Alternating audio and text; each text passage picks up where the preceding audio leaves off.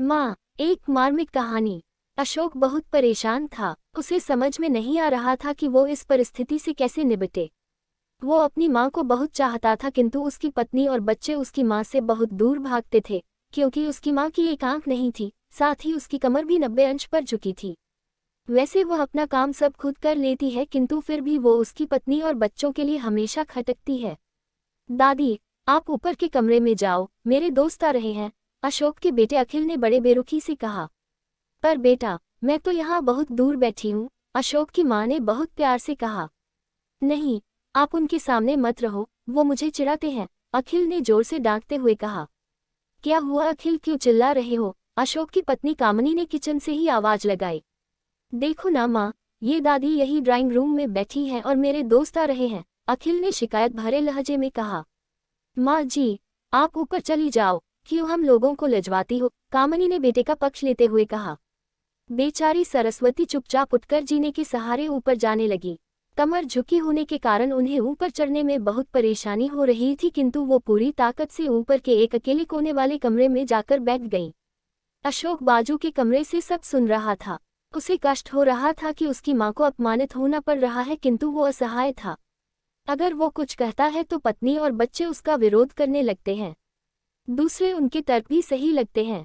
चूंकि वो एक प्रशासनिक अधिकारी था, उसका सामाजिक स्तर बहुत ऊंचा था, उसकी ससुराल भी एक उच्च घराने में थी, अतः वह चुपचाप इस तरह हर दिन अपनी माँ को अपमानित होते देखता रहता था। रात को अशोक की पत्नी ने कहा, देखो जी, अब कुछ करो। कल कलेक्टर साहब की पत्नी आई थी। माँ जी अपनी देशी धुनधारा में उनसे मिली। मुझे बहुत शर्म आ रही थी बताते हुए कि ये मेरी सास हैं। मैंने कह दिया कि दूर की रिश्तेदार हैं, इलाज कराने आई हैं। अशोक को रोना आ गया, किंतु फिर भी वह चुप रहा। उसे समझ में नहीं आ रहा था कि वो क्या करे। अपने बेटे की मन स्थिति को सरस्वती अच्छी तरह से जानती थी और बेटे को कोई कष्ट न हो इसलिए वो हर बात को चुपचाप सह लेती थी। अशोक बहुत उदास रहने लगा। एक तरफ परिवार और सामाजिक स्तर पर जीने की प्रतिबद्धता थी, तो दूसरी ओर माँ। आखिर माँ से अपने बेटे की यह हालत नहीं देखी गई। एक दिन उसने अपने बेटे से कहा, अशोक बहुत दिन हो गए हैं, मैं अपने गांव जाना चाहती हूँ, मुझे वहां पहुंचा दो, मेरा यहाँ मन नहीं ला रहा। किंतु माँ, वहां तो कोई नहीं है, तुम्हारी देखभाल कौन करेगा? अशोक ने आश्चर्य से पूछा।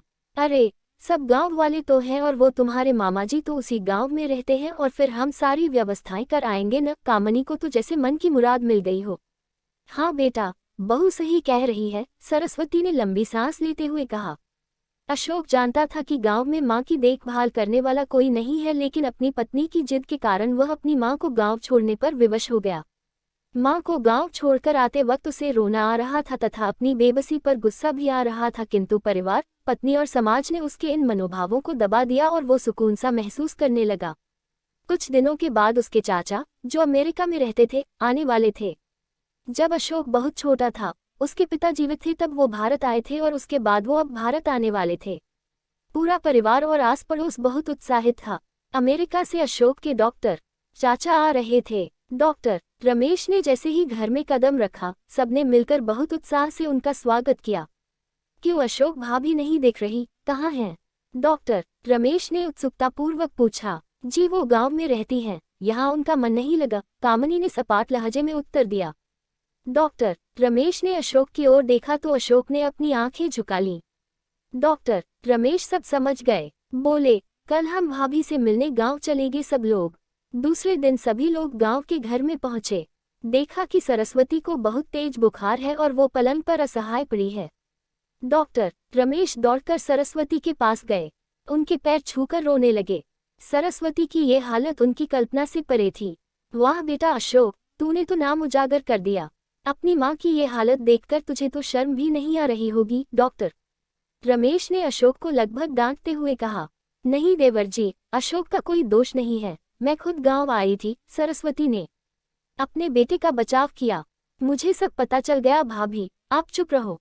क्यों बहू, तुम्हें अपनी सास की कुरूपता पसंद नहीं है? समाज में तुम्हें नीचा देखना पड़ता है ना? डॉक्टर रमेश ने कामनी की ओर व्यंग्य से देखा। कामनी निरुत्तर होकर अशोक को देखने लगी।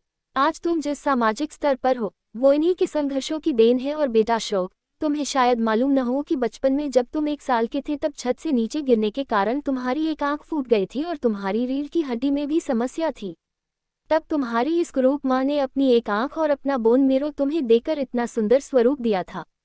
कामनी बेटा, इतने सालों तक संघर्ष करके बेटे को प्रशासनिक अधिकारी बनाने वाली इस संघर्षशील औरत की तुम लोगों ने ये दशा कर दी।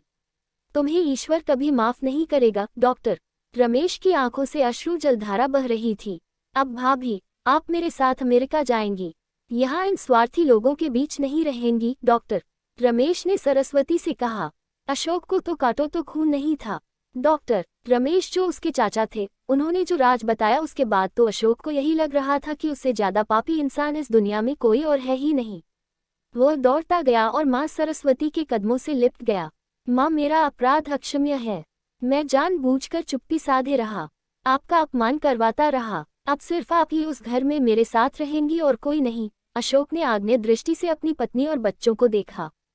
कामनी को भी बहुत पश्चाताप हो रहा था, किंतु उसकी हिम्मत नहीं हो रही थी कि वो सरस्वती से आंख मिलाए।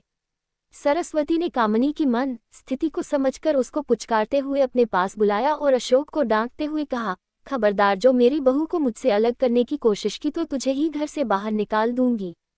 कामनी और बच्चों ने सरस्वती के पैर पड़ते हुए अपने व्यवहार पर माफी मांगी और माँ के हृदय ने सबको माफ कर दिया। ऐसी ही होती है माँ।